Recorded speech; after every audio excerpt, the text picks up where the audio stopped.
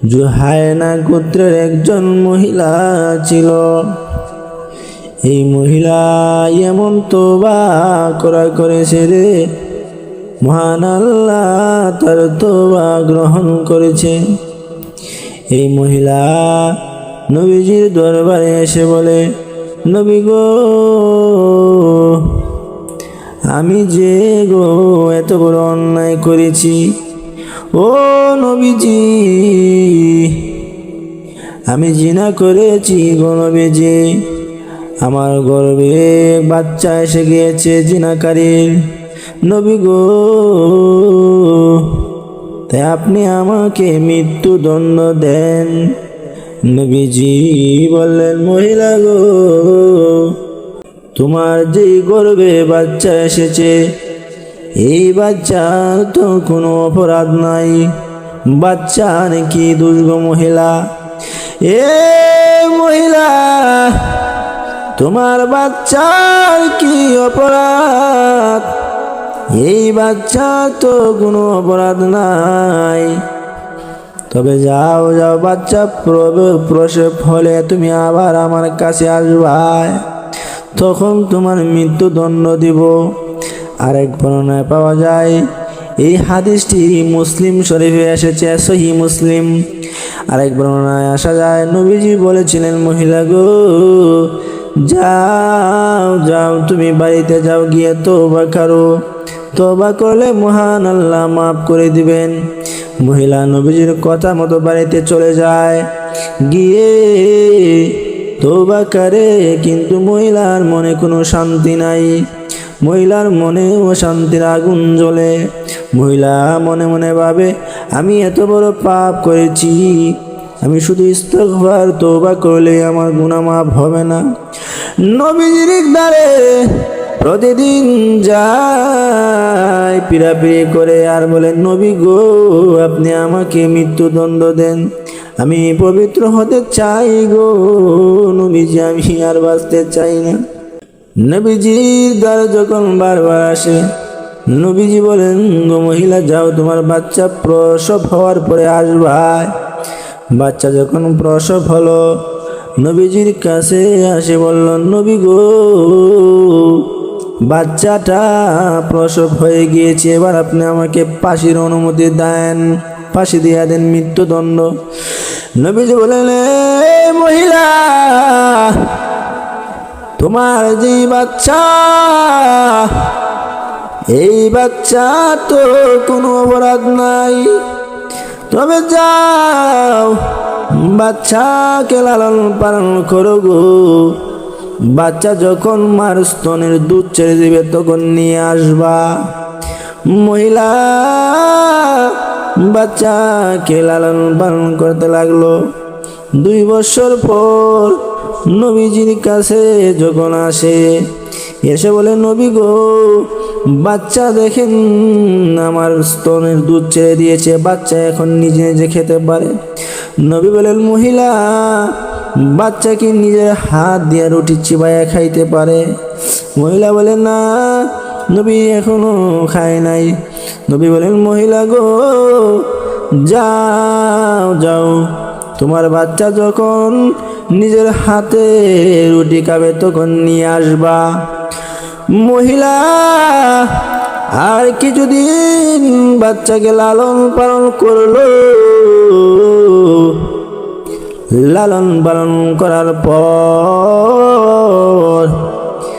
নবীজির কাছে আবার আসলো, এসে বলল, ইয়া রাসূলুল্লাহ, ইয়া হাবিবাল্লাহ, এবার আমার বাচ্চা নিজে রুটি খেতে পারে। নবীজির সামনে দুধের মধ্যে রুটি চালালো, বাচ্চা নিজের হাতে রুটিটা খাইলো। নবীজিকে বলল, মহিলা, ইয়া রাসূলুল্লাহ, এবার আপনি আমাকে মৃত্যুদণ্ড দেন, রজম দিয়া দেন গো নবীজি। চিন্তা করে ভাই, এই মহিলা কতটুকু আল্লাহর ভয়, কতটুকু আল্লাহকে ভয় করে পরকালের প্রতি বিশ্বাস। হয়তো এই মহিলা পালাতে পারতো, কত সুযোগ ছিল, কিন্তু না না, মহিলা পালাবে না রে ভাই, কারণ দুনিয়া চিরস্থায়ী নয়, ক্ষণস্থায়ী। এই দুনিয়া চিরস্থায়ী থাকবে না, সবাই চলে যাব একদিন রে ভাই। দুনিয়ার সামান্য বুক বিলাসা জিন্দগির জন্য, রং তামাশার জন্য বেঁচে থেকে লাভ নাই। ওই মহিলা সাহাবী আল্লাহর নবীর কাছে এসে বলেন, ও নবীজি, আপনি আমাকে মৃত্যুদণ্ড দেন। নবীজি এবার সাহাবীদেরকে ডাকলেন, বললেন, সাহাবীরা রে, মহিলাকে মৃত্যুদণ্ড দিয়া দাও।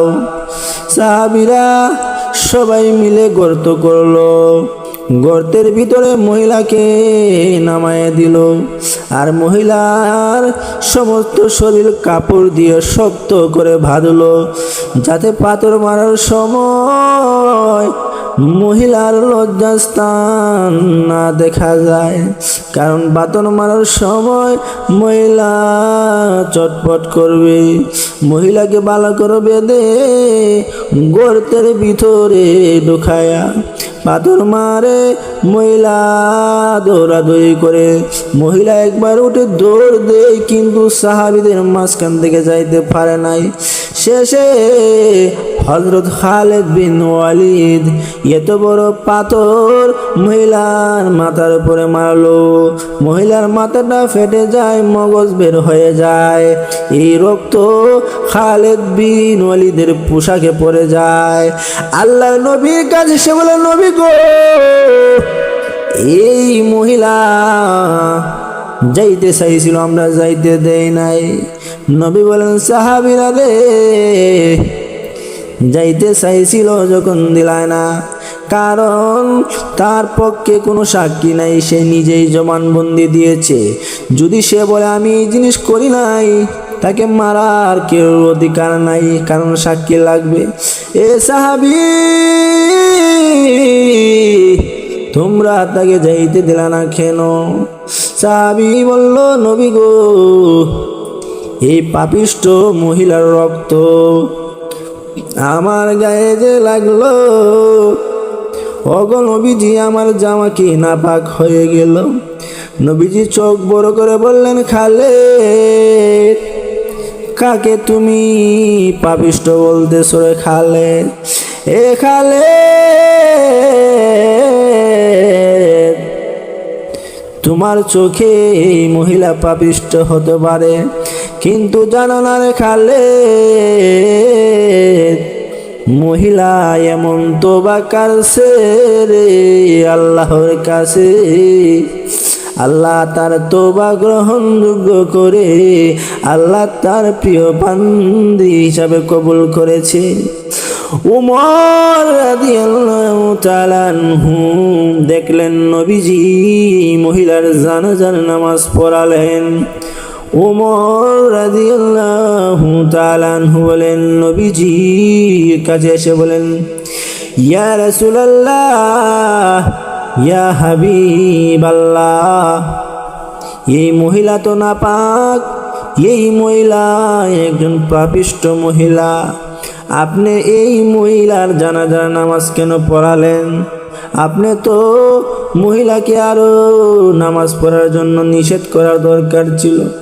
নবীজি বলেন, উমর, তোমরা শুধু মহিলার বাহিরের দিক দেখেছো রে ওমর, কিন্তু আমি নবী মহিলার পরকালের দিক দেখেছি রে উমর।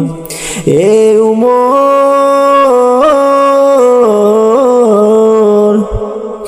মহিলা যে নিজে এই মৃত্যুবরণ করলো, মহিলা এমন তওবা করছে, মহান আল্লাহ খুশি হইয়া এত সওয়াব দিয়েছে, তোবার সওয়াব মদিনার 70 গড়ে যদি বন্টন করে দেওয়া হয়, এই মহিলার তোবার সওয়াব দেওয়া হবে।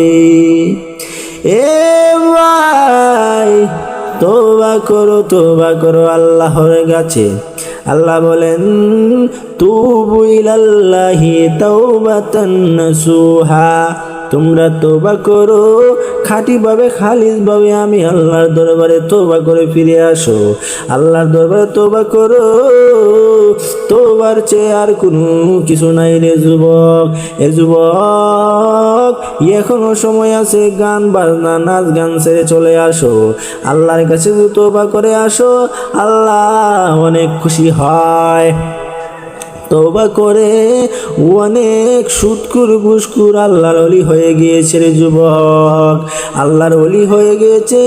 বিশ্ববিখ্যাত সুদকুর ছিল, তার নাম হাবিবে আজমি, শেষে বিশ্ববিখ্যাত আল্লাহর ওলি হয়ে গিয়েছে। এ ভাই, নবীজি উদাহরণ দিয়া বলেন, রাস্তার মধ্যে একটি লোক 15 দিনের সফরে চলছিল একটা উট নিয়া। হঠাৎ করে একটি গাছের মধ্যে বিশ্রাম নেয়। হঠাৎ করে লোকটা ঘুমিয়ে পড়ে। ঘুম থেকে উঠে দেখে তার উট মাল সামানা সহ নাই। লোকটা কি পরিমাণ বেজার হবে, কষ্টে বুক ফাটে, কান্দে আর কান্না করে বলে, প্রভু গো, 15 দিনের সফর আমি কেমনে যাব? আমার একটা উট ছিল, উটও নাই, উট এখন শেষ। ও প্রভু, মৃত্যু ছাড়া এখন আর আমার কিছু নাই, এখন যে মরব তা এখন গ্যারান্টি গো আল্লাহ। কান্না করতে করতে লোকটা ঘুমিয়ে পড়েছে। কিছুক্ষণ পরে যখন ঘুম ভাঙলো, ঘুম থেকে উঠে দেখে হারানো উট আগের জায়গায় ফিরে এসেছে। লোকটা কি রকম খুশি হইব রে ভাই। খুশি হইয়া বলার দরকার ছিল, আল্লাহ তুমি আমার মুনিব, আমি তোমার গোলাম গো আল্লাহ। সে খুশি হইয়া উল্টা মারছে, উল্টা, আল্লাহ আমি তোমার মুনিব, তুমি আমার গোলাম গো আল্লাহ। খুশি হইয়া উল্টা মারছে। নবীজি বলেন, সাহাবীরা রে, একটা লোক হারানো উট পাইয়া যদি এত খুশি হয়, খুশি হইয়া যদি আল্লাহকে উল্টা বলে, আমার আল্লাহ বলেন, আমার বান্দা সুদ খায়, ঘুষ খায়, আমার বান্দা অবৈধ পথে আছে, আমার বান্দা হারায় গেছে। আমার বান্দা যদি আমার প্রতি ফিরে আসে, আমার বান্দা যদি আমার জন্য এসে তওবা করে, হারানো উট পাইয়া মালিক যদ্দূর খুশি হয়, এর চাইতে কোটি গুণ আমি আল্লাহ খুশি হয়ে যাব। তওবা, খাঁটি তওবা করো, তওবা যদি কারো, মহান আল্লাহ খুশি হয়ে যায়। জেলখানার ভিতরে একজন মহিলা তার সন্তান হারিয়ে ফেলেছে, পাগলের মতো দৌড়ায়, যার বাচ্চা দেখে তাকে কুলে নিয়ে চুমায়, গিয়া বলে, এটা আমার সোনা, এটা আমার লক্ষ্মী। তার বাচ্চা বলে আদর করে, কিছুক্ষণ পরে ছেড়ে দেয়, না এটা আমার বাচ্চা না। আবার দৌড়ায়, আবার দৌড়ে দেখে আরেকজন বাচ্চা, এটাকে জড়ায় বলে, এটা আমার বাচ্চা। এভাবে যেতে যেতে মহিলা পাগলের মতো হয়ে যায়, তার বাচ্চাকে তালাশ করে পায় না। হঠাৎ করে তাকায় দেখে তার বাচ্চা একজনের পাশে, তার বাচ্চাকে কুলে নিয়া মহিলা যে খুশি হয়েছে, অনেক খুশি হয়েছে রে ভাই। আল্লাহ বান্দা রে, আমার বান্দা অবৈধ পথে গেছে, আমার বান্দা যদি সঠিক পথে ফিরে আসে আর তওবা করে, খালিস দিয়ে তওবা করে, আর যদি বলে আল্লাহ আর জীবনে গুনাহ করব না, মেহেরবানি করে গুনাহ মাফ করে দাও, আল্লাহর কাছে যদি কান্দে, খাঁটি তওবা করে যদি আল্লাহর কাছে কান্দে, আল্লাহ বলেন, আমার বান্দারে আমি পাইয়া ওই মহিলা যদ্দূর খুশি হয়েছে, এর চাইতে আমি আল্লাহ বেশি গুণ খুশি হয়ে যাই। রে ভাই, আমার আল্লাহ কত রহমান, কত রহিম। আমার আল্লাহর কাছে তওবা করো, আমার আল্লাহ মুহূর্তের মধ্যে মাফ করে দেয়। রে ভাই, আমার আল্লাহর মায়া দয়া মায়া রে ভাই অনেক কোটি গুণ বেশি। আল্লাহর বান্দা যদি বান্দা হলে আল্লাহর কাছে অনেক দয়া মায়া হবে। আল্লাহর বান্দা কি হইতে পারলাম কিনা নিজেকে একটু প্রশ্ন করে রে ভাই। আল্লাহ যাকে বান্দা বলে স্বীকৃতি দেয়, আল্লাহ তার বান্দাকে জাহান্নামে দিবে না।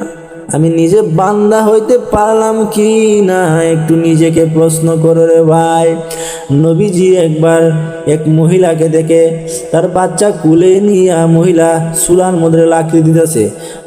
নবীজি বাচ্চার মাকে বললেন, এ মহিলা, বাচ্চার জন্য মার কত দয়া মায়ের। সাহাবীরা নবীজি সাহাবীদেরকে বলতেছেন।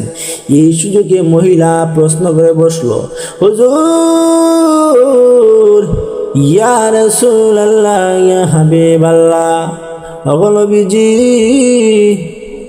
আপনার কাছে আমি প্রশ্ন করব। নবীজি, আপনি দেখেছেন আমার বাচ্চা মা হইয়া জীবনে চুলার ভিতরে বাচ্চাকে আগুনের ভিতরে দেয় না?